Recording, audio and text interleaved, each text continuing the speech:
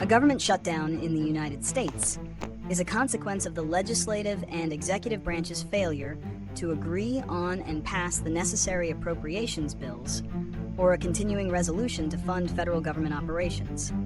The U.S. fiscal year begins on October 1st, and without a new budget or a temporary extension in place, federal agencies are legally required to stop all non-essential activities.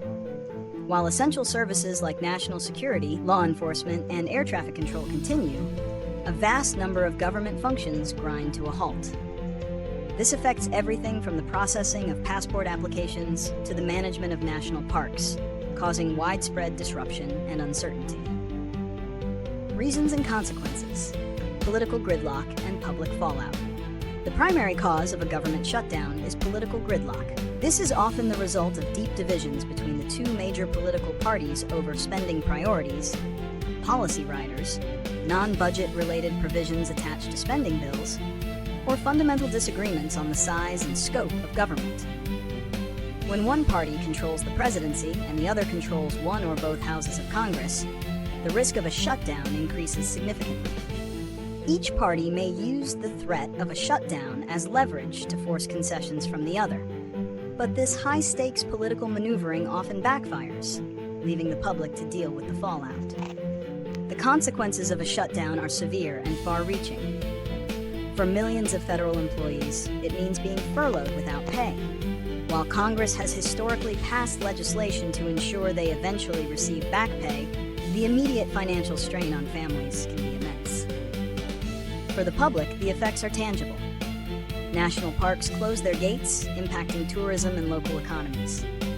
The Centers for Disease Control and Prevention, CDC, may halt critical disease monitoring and research. Small businesses that rely on government contracts or loan approvals from the Small Business Administration, SBA, can face significant delays or cancellations. Even military readiness can be affected, as training and support services are disrupted. Economists have also noted that shutdowns can have a negative impact on the broader economy by undermining consumer and business confidence. Prediction and solutions: navigating a polarized future. Given the current political climate, it's reasonable to predict that the threat of a government shutdown will remain a persistent feature of American politics. The increasing polarization of Congress makes it difficult for lawmakers to compromise, and the use of government funding as a bargaining chip has become a common tactic. The current political system rewards a rigid stance over negotiation, which makes future impasses highly likely. It is also an issue that has become less of a punishment for the party that initiates the shutdown and more of a bargaining chip.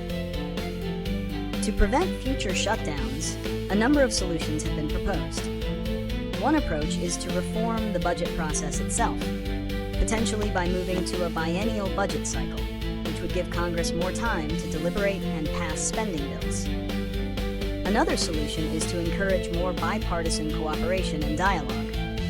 This could involve creating standing committees or forums where lawmakers from both parties can work together on a regular basis to find common ground on spending issues. The ultimate solution, however, lies in a shift in political culture, one that prioritizes governing and serving the public over partisan victories. The current system is designed to allow for legislative checks and balances, but it also creates a vulnerability to shutdowns when those checks and balances are used to create impasses rather than solutions. The key is to find a way to maintain accountability while ensuring the government can continue to function for the benefit of all citizens.